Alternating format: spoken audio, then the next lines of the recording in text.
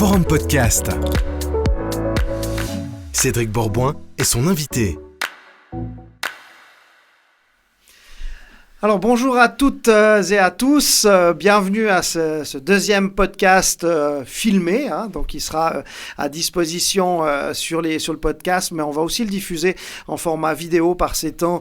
On est très actifs sur les réseaux sociaux et je pense que la vidéo est très importante. Et mon invité aujourd'hui, c'est Julien Grandjean de la société IDEIT, qui est notre partenaire digital. Bienvenue Julien. Merci Cédric, bonjour à tous et merci de m'accueillir dans ce superbe studio de Crissier. Oui, studio de notre partenaire Elicia d'ailleurs, communication, effectivement un studio qui est très bien au niveau du son pour donner un meilleur rendu à ce podcast et à cette vidéo. Donc on est exactement le 3 avril, j'aime bien dire à quelle date l'enregistrement est fait avant sa publication.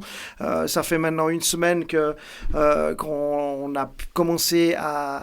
Nous, société, je dirais, on a commencé à demander les différentes aides. Pour notre part, on a eu accès au crédit qui a été mis à disposition et qui a été cautionné par la Confédération.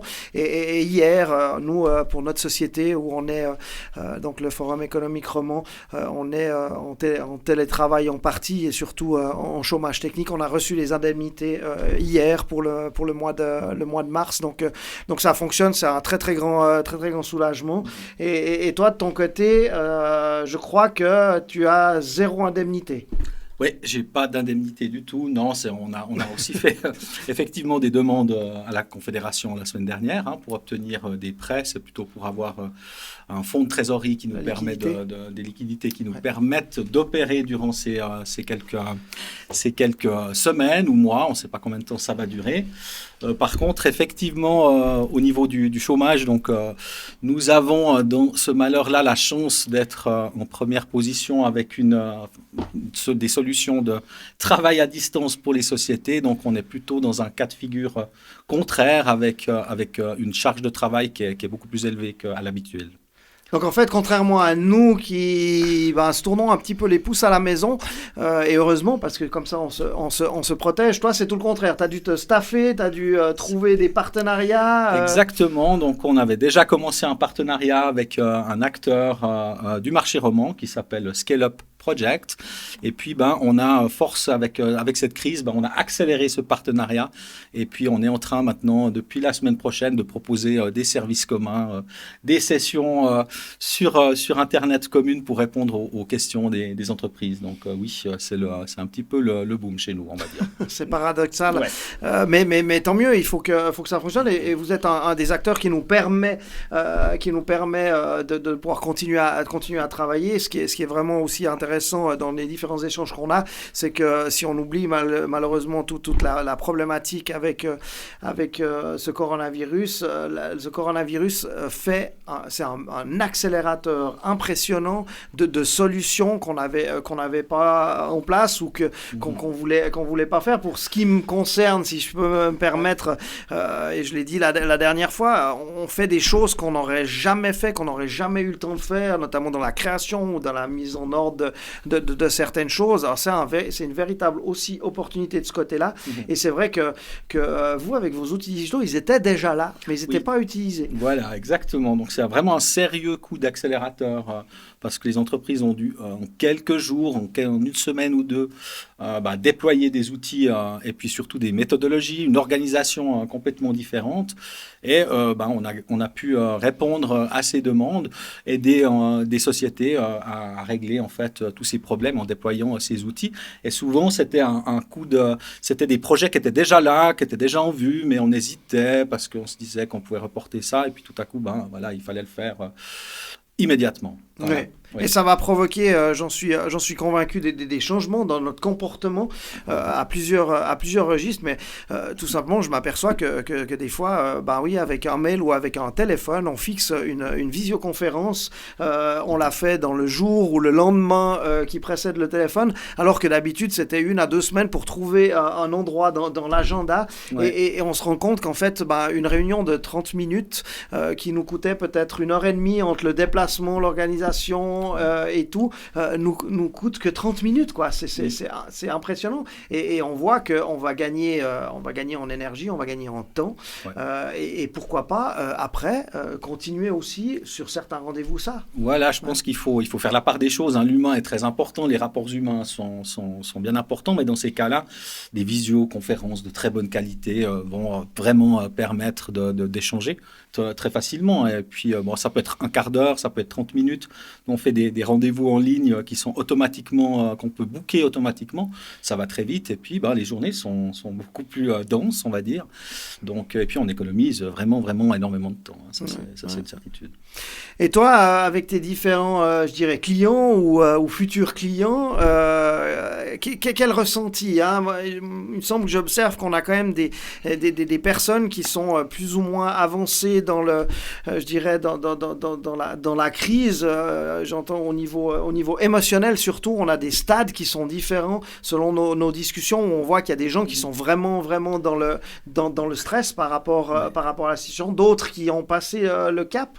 Tu ressens ça aussi Alors, absolument, on a vraiment beaucoup de cas de figure parce qu'on travaille avec beaucoup d'acteurs du marché roman, mais ça peut être, on a par exemple des gens dans la santé mentale et on se dit que dans ces établissements-là, cette crise va peut-être aggraver le comportement des personnes et finalement, c'est le cas, c'était dans une discussion que j'ai eue avec la directrice d'un de ces établissements et puis c'était l'effet inverse.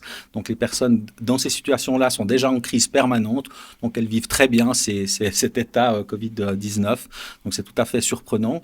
Ce qu'on fait aussi très souvent, c'est que on appelle nos clients et puis on essaie de faire le point avec eux, mais juste des fois, pas pour leur demander, juste pour prendre la température, pour savoir comment ils le vivent, comment ils s'organisent. Donc c'était très important pour nous de garder le contact et de continuer à le garder au travers de plusieurs initiatives, comme les Web Coffee, là, qu'on organise des fois le matin avec Cédric, qui en fait partie de temps en temps, juste boire un café, 15 minutes avec en visioconférence, c'est sympa et puis ça permet de détendre l'atmosphère et puis de prendre le café comme on le fait habituellement, mais chez soi. Alors, très bien. Suite à tous ces élans de solidarité qu'on parlera peut-être après, vu que tu parlais de ces Web Coffee, on a décidé, nous, de remettre, je dirais, un petit peu plus intensément les business hours en place. On les réserve, bien entendu, au niveau présentiel, donc réel pour cet été, juillet-août, où on pense que ça va être dynamique et on aura un rôle à jouer pour recréer ce lien véritablement social qu'on aura besoin, toujours avec de la distance, bien entendu, toujours avec de la précaution. Mais là, on est presque à bout touchant d'arriver avec les business hours, mais virtuels, donc où on va pouvoir échanger avec une plateforme et se retrouver pendant 1 heure, 2 heures de temps pour débattre de différents sujets. C'est notre contribution à nous pour continuer, je dirais, de garder ce lien. Il y a plein d'élans solidaires. Toi, t'en es témoin aussi de ton côté ou bien...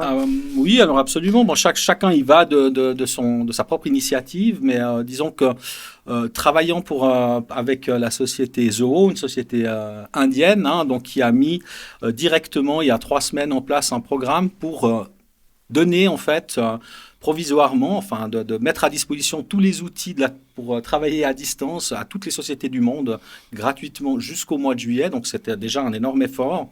Et son directeur, en fait, Sridhar Vembu, lui a carrément aussi offert une ligne de crédit pour 20 000 sociétés au monde qui ne pouvaient plus payer en fait leur licence. Donc c'est vraiment des gros élans de solidarité. C'est vraiment des sociétés qui regardent sur le moyen terme. Et nous, on a pris exemple aussi. Et puis on a aussi déployé pour pas mal d'entreprises. On a fait la même chose de manière solidaire, gratuite.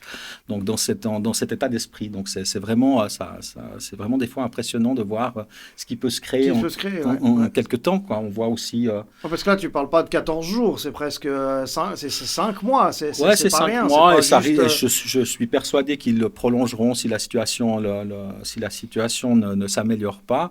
Donc, c'est vraiment des initiatives, comme on voit en fait en France, où les industriels sont associés pour produire des respirateurs. Donc, on a arrive vraiment dans ces situations de crise à être très créatif, et ça c'est quelque chose de bien qu'on peut au moins en tirer de cette crise, quoi. Oui, effectivement, on a vu aux États-Unis General Motors, dont Trump a exigé qu'ils fabriquent des respirateurs plutôt que des moteurs. Ouais. J'ai vu une autre compagnie sur l'Europe, je me souviens plus maintenant la marque, mais c'était bien égal, qui a complètement arrêté sa production automobile pour faire des respirateurs. C'est impressionnant. Et je pense pas qu'il y ait besoin de forcer les gens à le faire. Non, je pense que non. les personnes se réunissent et puis il y va en fait du salut de notre société. Ouais. Donc c'est le moment de se mettre ensemble et de faire quelque chose. Tout à l'heure, avant notre interview, j'ai eu un téléphone avec un de nos partenaires, la société NOS, qui fait du mobilier de bureau, qui est maintenant complètement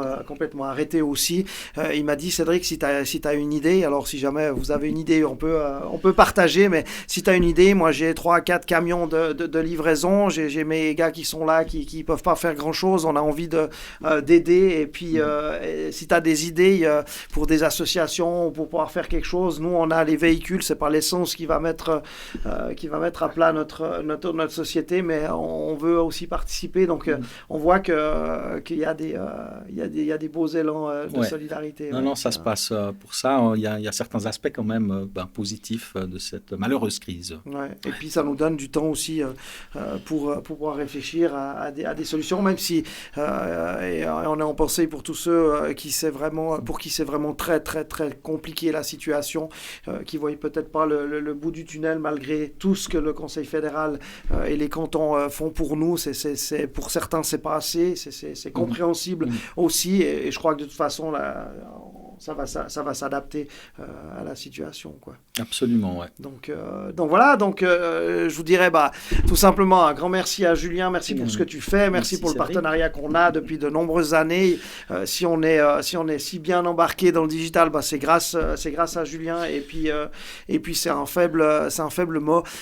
C'est vraiment un plaisir, et c'est vrai que là tout ce qu'on a mis en place accélère effectivement, et puis même maintenant il faut qu'on aille un petit peu plus loin. Toujours plus loin, et puis c'est agréable de voir que maintenant les gens utilisent ces outils-là, et puis il y aura de l'amélioration, et puis on se réjouit forcément tous de pouvoir vous revoir en vrai. Ça voudra dire qu'on a passé le cap, que la situation s'améliore, et puis on vous tiendra au courant. Donc à très vite. Merci Julien. Merci Cédric. Bonne santé, et protégez-vous. Et restez chez vous. Voilà. Merci. Merci.